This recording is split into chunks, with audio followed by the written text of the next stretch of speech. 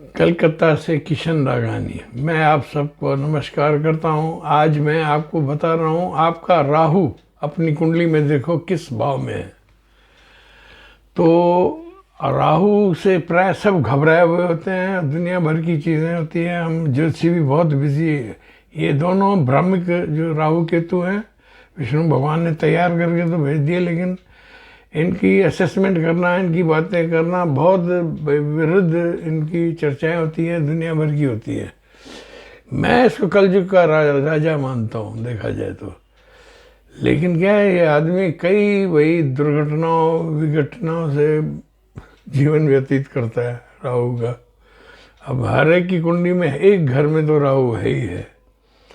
तो आप अपनी कुंडली देखो, अगर आपके पहले घर में राहु है तो आपका, मैं ये बताता हूँ, परिवार की समस्याएं, अनंत बाधाएं इस जन्म में आपको मिलेगी। पूर्व जन्म में आपने परिवार की कीमत नहीं समझी थी। इस जन्म में आप क्रोधी, पत्नी से लड़ाई, तांत्रिकों से संबंध करके अपना धन बर्बाद करने वाले, शक्की मिजाज, आपको संतान भी प्राय नालायक मिलती है, पिता की मृत्यु हो जाती है, आपका धन खराब हो जाता है। दूसरे भाव में राहु है, उसका पूर्व जन्म में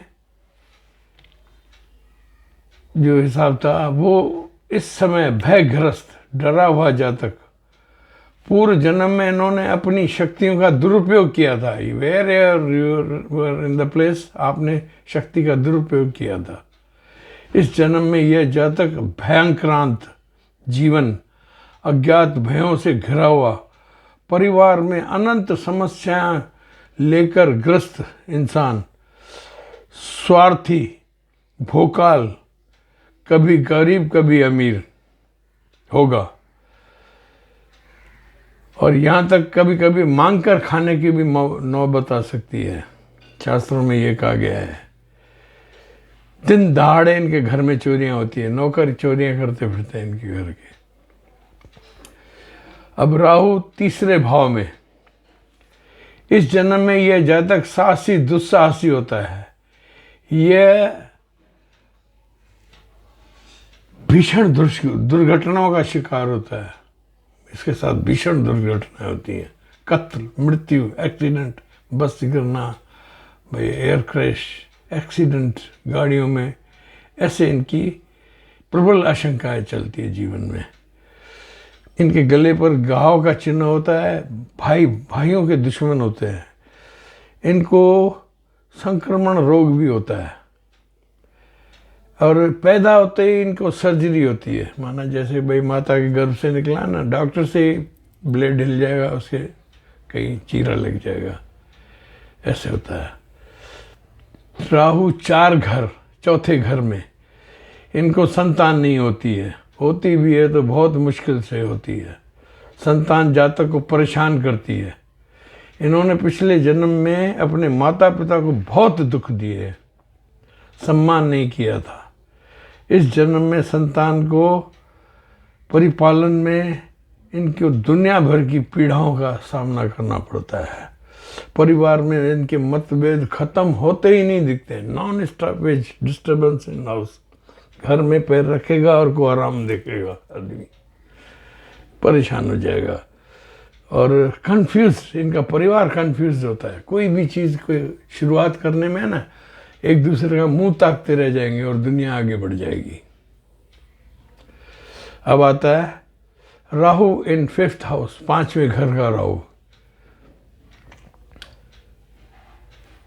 इनको संतान नहीं होती भी है तो बहुत मुश्किल से, और जातक को संतान परेशान करती है। इन्होंने पिछले जन्म में अपने माता पिता को बहुत दुख दिया था, सम्मान नहीं किया था। इस जन्म में भी संतान इनको तंग करेगी। जातक के 4-5 पुत्र हो, वो भी मूर्ख ही होंगे। माना पूरी गैंग ही मूर्खों की आएगी, पैदा होगी। पिछले जन्म का इस पे ताप होता है। ये होता है भाई, इनके पुत्र 4-5 हो तो भी मूर्ख होंगे।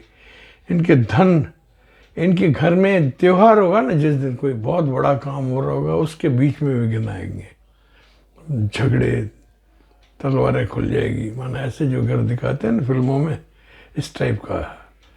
पांचवें घर का जो राहु है, अचानक घर में शुभ काम में गड़बड़ होती है इनको। छठा राहु, इस जन्म में ये जातक संपन्न होता है क्योंकि इसने पूर्व जन्म में खूब दान और दूसरों की सहायता की हुई होती है। इनके पास अकूत धन प्राप्त होता है, लेकिन जब इनका समय खराब होता है, भाई दृष्टि विभाग इसमें भी भाई इनको शत्रु भय होता है, रोग भय होता है, युद्ध के विवादों में घिर जाते हैं लेकिन जीत जाते हैं। छठे वाले ये कभी कभी अपने बॉस से भी शादी कर लेंगे, स्त्री हो या पुरुष, माना अपने से सुपीरियर आदमी से भी शादी कर लेते हैं। इसके बाद आता है सातवां राहु। इस जातक को इस जीवन में धन प्रॉपर्टी के खूब उतार चढ़ाव देखने पड़ेंगे। पूर्व जन्म में इन्होंने धन की कदर नहीं की थी और यह जन्म इनका दुख और संताप से भरा हुआ है। इस जन्म में ये विधवा स्त्री के चक्कर में परेशान होकर फंस सकते हैं। दाम्पत्य और मित्रों से अलगाव, तलाक की तलवार शादी पे, पत्नी की शीघ्र मृत्यु भी हो सकती है, इनकी ससुराल भी बर्बाद हो जाती है। आठवां राहु, यह जातक एक विशेष उद्देश्य लेकर जन्म लेता है। इसका कोई पूर्व जन्म का अधूरा उद्देश्य प्राप्त करने के लिए जन्म लिया होता है। वह उद्देश्य पूर्ण होते ही इसको मृत्यु प्राप्त होती है, क्योंकि इनका जन्म उद्देश्य उसी चीज को पूरा करना था। 8th हाउस माना पाताल का राहु।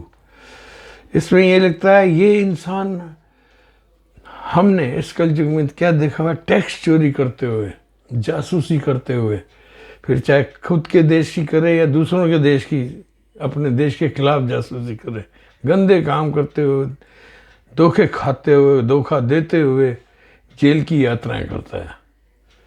8वां राहु। 9वां राहु, इसका धर्म भ्रष्ट होता है, भाग्य साथ नहीं देगा। ऐसे लोगों ने पूर्व जन्म में धर्म का पालन नहीं किया होता है। इस जन्म में भी ये समाज के लिए समस्याएं पैदा करते दिखते हैं और धर्म से दूर होते हैं। इनकी ससुराल, इनको मैंने देखा है, बचाती है। आप लोगों को परेशान है ना, ससुराल पे थोड़ा ध्यान दो। नीच कर्मी होते हैं और बहुत भ्रमणशील होते हैं। नीच कर्म करते करते देर नहीं करेंगे, माना मंदिर जैसी चीज़ में भी ये ऐसी अभागी चीज़ें कर बैठेंगे कि 7 जन्म तक भुगतेंगे। राहु 10 भाव में। इन्होंने पूर्व जन्म में सिर्फ पद प्रतिष्ठा की कामना की थी, वह सब इस जन्म में इनको प्राप्त होगी। ये हमारे जो नेता लोग हैं ना, सब पूर्व जन्म के भूखे थे, भाई सत्ता नहीं मिली थी इनको, ये मिलती है। जहाँ तक ऊंचाइयों पर पहुंचता है, परंतु पारिवारिक का सुख बिल्कुल नहीं मिलेगा। ये अधिकार शांति करते ही नहीं है, अगर करते भी हैं तो इनको परिवार का सुख नहीं मिलता है। ये 100% शोध है, सिर्फ पद प्रतिष्ठा ही मिलती है। और इसी बात की पूर्व जन्म में कामना भी की थी इन्होंने, ठीक है ना, कामना भी यही की थी कि मुझे ईश्वर कुछ नहीं चाहिए, पद प्रतिष्ठा चाहिए। आजा भाई, मांगी लाल होके आए हैं तो वो मिल रही है, लेकिन इनको परिवार में माइनस मिलती है 100%। ये चुनाव जीत लेगा, राजनेता हो जा, लेकिन पत्नी मृत्यु हो जाएगी। इनके मृत्यु भी शस्त्रों से हो सकती है, ये सावधान है। शत्रु जीत होते हैं और इनको जिंदगी में दिवालिया होकर अपना शहर छोड़ना पड़ता है। देश दूर देश जैसे ये भाग जाते हैं ना पैसे लेके, वो हो सकते हैं। ये 11वां घर वैराग्य की तरफ ले जाएगा इसको। इस जन्म में ये सन्यासी होगा, क्योंकि पूर्व जन्म में इसने दूसरों के कष्ट मिटाने की ईश्वर के सामने कामना की थी। कहता है मैं दूसरों का कष्ट उठाऊंगा, दूसरों का भला करूंगा, ये बोल के आया हुआ है। तो इस जन्म में जब इसका बुरा समय आएगा, ये बोल कर तो ये आता है, लेकिन प्राय देखा गया है कि ये इस जन्म में जब इसके दिन खराब होते हैं ना, तो ये बेईमान हो जाता है। और मेन बात इसको शास्त्रों ने ये कहा है, भाई ये अगर बेईमान हो जाए तो ज़बरदस्त अमीर हो जाएगा। अगर वो वायदे पे चला ना ईश्वर के, और नहीं मैं सही काम करूँगा, तो यहाँ भिखारी हो जाएगा। ये आपको एक कैच है भाई, अगर आपका 11वां राहु है ना, तो आप अंडरग्राउंड टेबल्स और इस पर भी विश्वास करो, नहीं तो परिवार पालना भी मुश्किल हो जाता है। ये जो मुझे दिखा है मैंने बताया। राहु 12वां भाव, यह व्यक्ति दुर्गुणी, कुमार्गी, गलत रास्तों पर चलने वाला। यह इंसान पूर्व जन्म में भी ठीक ही ऐसा दुर्गुणी था, माना रिपीटिंग ऑफ ड्रैगन, मैं वैसा ही था वैसा ही रहूँगा, माना villain from the past life. अरे ये गलत बातें ही करता रहेगा, माना पूछो ना। ये दुनिया में जिएगा 3-5 के रहे, 3 के 5, 5 के 3 को नहीं करते हैं, धोखेधड़ी, और इनकी नींद हराम होती है, अधर्मी होते हैं जन्म जन्म के। और ये पत्नी से बहुत ज़्यादा पीड़ित होते हैं, शयन कक्ष सुख नहीं मिलता है, फिर परेशान होकर अपने जन्म स्थान से बहुत दूर विदेश देश भटकते रहते हैं। इनका जीवन सुखी नहीं रहता है, और जेल यात्राएं और ऐसी चीज़ों में फंसते हुए दिखते हैं। और ज्योतिषियों के बाद सबसे बड़ी कतार 12वें राहु की होती है। मैं बताऊं आपको, आशा है आपने राहु से अपना पूर्व जन्म और वर्तमान जन्म की थोड़ी झलक पाली। मैंने कहा आपको दे दूं। दादा आपको सुखी रखे, आपकी बुद्धि को सन्मार्ग में रखे, राहु केतु आप पर कृपा करें, ईश्वरीय शक्तियों को आप ध्यान दो। यह कहकर मैं इस एपिसोड का विराम देता हूँ। आप मेरे चैनल को सब्सक्राइब और लाइक करते जाए, मैं आपको कई रोचक चीज़ें ऐसी बताता रहूँगा जो कि आपके जीवन में घटती हुई दिखेंगी। ये क्या अध्ययन है जो मैंने आपको बता रहा हूँ। मेरा फ़ोन नंबर है 6282697649। You can contact me for any calamity in your family और एनी गुडनेस बैडनेस। मैं आपको सही सलाह दे सकता हूँ। दादा सुखी रखे।